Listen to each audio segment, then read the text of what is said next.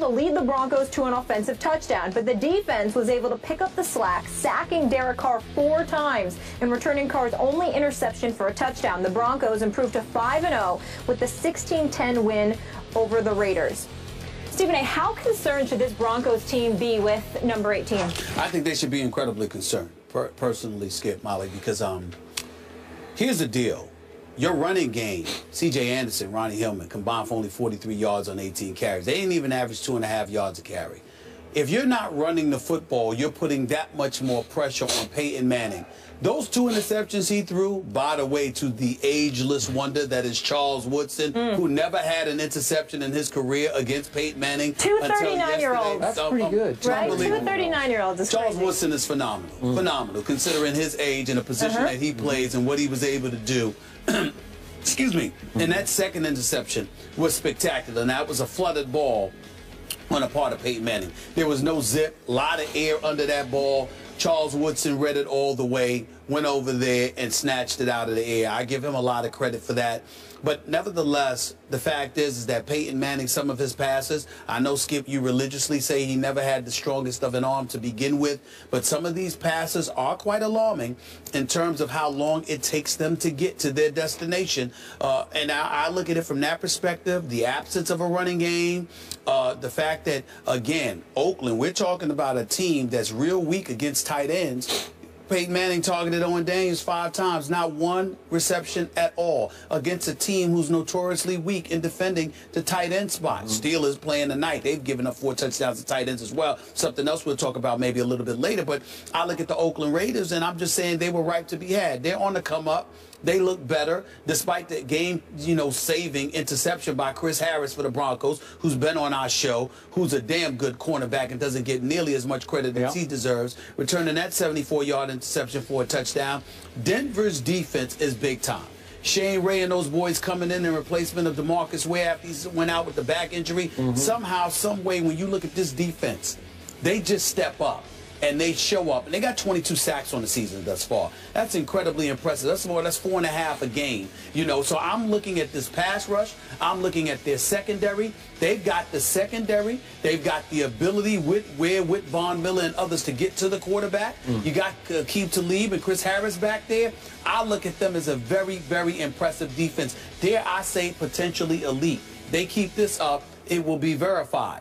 But offensively, this team is not winning a Super Bowl with this offense playing the way that this offense is playing. You're not going to be able to pull this off against Cincinnati. You're not going to be able to pull this off against Pittsburgh once Big Ben Roethlisberger comes back. And you're certainly not going to be able to pull this off against New England led by Tom Brady. So somehow, some way, your offense has to get back to the business of scoring points. No touchdowns, 2 interceptions by Peyton Manning, a running game that is suspect, and really no tight end to speak of. Because when you think about the loss of Julius Thomas, so now in Jacksonville, the fact of the matter is that having him there with Emmanuel Sanders, being sandwiched by Emmanuel Sanders on one side and Demaryius Thomas on the other was a very, very big deal. There appears to be a hole in the middle of Denver's offense combined with the running game. Essentially what you're asking is a 39-year-old quarterback, as brilliant as he has been, with a suspect arm at this stage of his career in terms of consistency, Skip. Not that he can't make the throw. It's that over the course of 60 minutes, how many of those throws can you make relying on folks on the outside instead of folks in the middle of the field? That is not going to produce a Super Bowl appearance or a Super Bowl title for you. I'm very concerned about Denver. Okay. Before I answer Molly's question, allow me to say I did go way out on a limb and say the Raiders would upset the Broncos in the Black Hole. And midway 4th quarter, Derek Carr had driven his team all the way to Denver's 31-yard line. They're within field goal range to go ahead 10-9. And on 3rd and 5, you talked about it. He threw it to Chris Harris Jr. I don't know what Derek Carr was thinking, and it goes 74 yards the other way, and they lost. That's how close Oakland was to pulling that game off. I still love this young Raiders team. It's coming, and obviously Denver's offense is going down. It's going south right now. But now we're back to the question. Am I ready to jump off this bandwagon? Is it time for panic in Denver, Colorado? Absolutely not, because of everything you just said. we've got to give Peyton Manning a big break. He has next to no running game to complement his mediocre arm. He's always had a mediocre arm, but he's often had a decent running game, especially in Denver. The last, what was it, 7 or 8 games last year down the stretch in Denver? I thought they had the best rushing attack in pro football. And now you get 43 yards against the Raiders yesterday. Now you're averaging 71.6 yards a game. Do you realize if that held for the whole year, that would be Denver's franchise low for a season in its history? You have to go all the way back to 1961 when they averaged 77.9 yards rushing a game. They're way under that at 71.6 now. Well, that's shocking to me. That's reason for panic. You've gone from the best rushing attack to, I think, the worst rushing attack? Really? I agree, but Skip, allow me to go back to my initial point, my major point, rather, about all of this. It's a football field. We watch the football game on TV, and we're not appreciating how wide a football field really, really is. And so when you look at it from that perspective and you're thinking about questions about the arm strength of a 39-year-old who once experienced 4 neck surgeries, okay?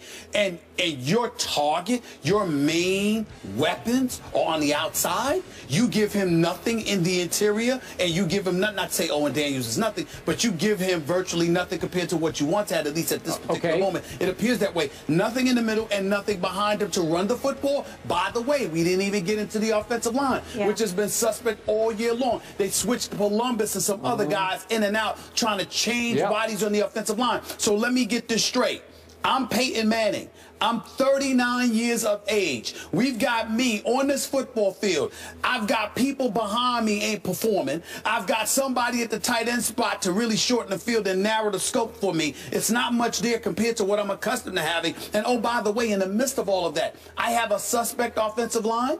That's a problem. And so to me, it just speaks to the greatness, like you said, of a Peyton Manning, because to me, I find it miraculous that he's doing what he's been able to do in terms of moving the change, dictating pace, chewing up the clock, making sure his defense gets some rest. Peyton Manning is helping out in ways that people don't even realize, because what happens is the defense isn't overwhelmed because they're exhausted from being out on the field every minute because their offenses are walking 3 and out. But he's not producing points the way we're accustomed to seeing him, because for some reason the combination of John Elway and Gary Kubiak didn't address his needs as much as they tried to address the team's needs. Well, can I get to the bottom line, which is 5-0? I mean, they're 5-0, right? Peyton Manning is 5-0. I mean, that's pretty great given everything we just said. Well, him, Fran Tarkenton, Tom Brady, the only one who's done it more than 4 times in their career. We get all of that. The flip side to it, Skip Bayless, is this. When you're that great, we're not measuring you by what you do in the regular season. We're expecting, with greatness, we get to leapfrog and anticipate what you are going to do when moments count. Come to me and talk to me if Jay Cutler's 5-0, okay? Talk to me if a Carson Palmer is 5-0. Talk to me when guys like that are 5-0. But somebody who has a history of regularly being a dominant fixture in the regular season, forgive us. You're measured against your own greatness. It's not an insult to you. So, yesterday against an up-and-coming, rugged, Rough Rider defense, that Oakland Raider defense, hey, Khalil Mack is no joke. I know Khalil Mack is no joke. Justin Tuck is no joke. You said the defense. You didn't say 2 people, okay? Charles Woodson's still no joke. Well, I know Charles Woodson is no joke. So here's the point. Against that defense at their place, Peyton Manning goes 22 of 35 for 266. I'll take him over Brandon Weeden. I got to tell you, if you give me Peyton Manning next time the Cowboys play at your Giants, I'll take it. That's exactly a ringing endorsement. Well, but I'm just saying, really? I'll take it. Okay, so yesterday he had 0 touchdowns and 2 interceptions. I think a lot of this overreaction to poor Peyton, this gnashing of teeth, is fantasy madness. It's fantasy inspired, and the world has gone fantasy mad. But it's like he didn't throw a touchdown pass. What is he up to now? I don't even know. I've lost track. Is he 6 and? I don't know, but he's won 2 games this season without scoring an offensive touchdown. Yeah, it's got like 7 interceptions. Yeah. Okay. So my point is, everybody's fixated on the low touchdown passes because the world needs many fantasy owners need Peyton to throw lots of touchdown passes, right? And he's not throwing touchdowns. Oh, my God, he's washed up. But the only number I care about is 5 and 0. Well, Skippy's got 6 touchdowns, 7 interceptions. Okay, Let me say this to you. I don't pay attention that much to fantasy football. Maybe we should. Because I got news for you. It matters from the perspective of looking at him and his level of production and what position he's been placed in. When you talk about the New England Patriots, you talk about Super Bowl. When you talk about the Dallas Cowboys, you talk about Super Bowl aspirations. One of the reasons we haven't really focused on the Cincinnati Bengals, if we're being honest, is because we don't really believe in them as of yet, because they don't produce in the postseason. So what I'm saying to you, when you even with Eli Manning, we can sit up there and talk about how he led the league in interceptions 3 times in his career, but he's also got 2 rings. So somehow, I don't know how, but he I'm does. just saying, somehow, yeah, you Elite. do. He knows how. Spell it. All the bottom line is this: you know that there is a possibility that Eli Manning is going to be there when it counts. Peyton Manning is supposed to be there when it counts. And what we're seeing is a defense that can propel them. And we're asking the question: can this team take you to a Super Bowl? And we both know with the way this offense is playing, that answer is hell no. Hell no? Hell no. Wow. Okay. As we mentioned, the Broncos have won 2 games. Yeah, what's that saying? Well, San Diego, it says you're going to get a home playoff game. Kansas City, San Diego, Oakland. Really? What, you want a cookie? I want a home playoff Kansas City game. secondary is I'd like a decimated. cookie. Jamal Charles is out now. The Oakland Raiders are going to come up. Well, and that's what I'm San saying. Diego, we're trying to discover whether or not they're relevant. They get Antonio Gates back today. We'll after find his out. 4-game suspension. Yep. God bless him. Can I get this nugget out I really like? The Broncos have won 2 games this season without scoring an offensive touchdown. The rest of the league, 0 wins when failing to score a TD on offense. Team effort? Good nugget. Can I get a cookie? Defense. I like it. You get a whole bag of cookies. Defense. All right, the Eagles didn't have that issue. Their offense was explosive against the Saints. Is this the offense that we have been waiting for? Our former Eagle, Eric Allen, will join the desk. Back in a few.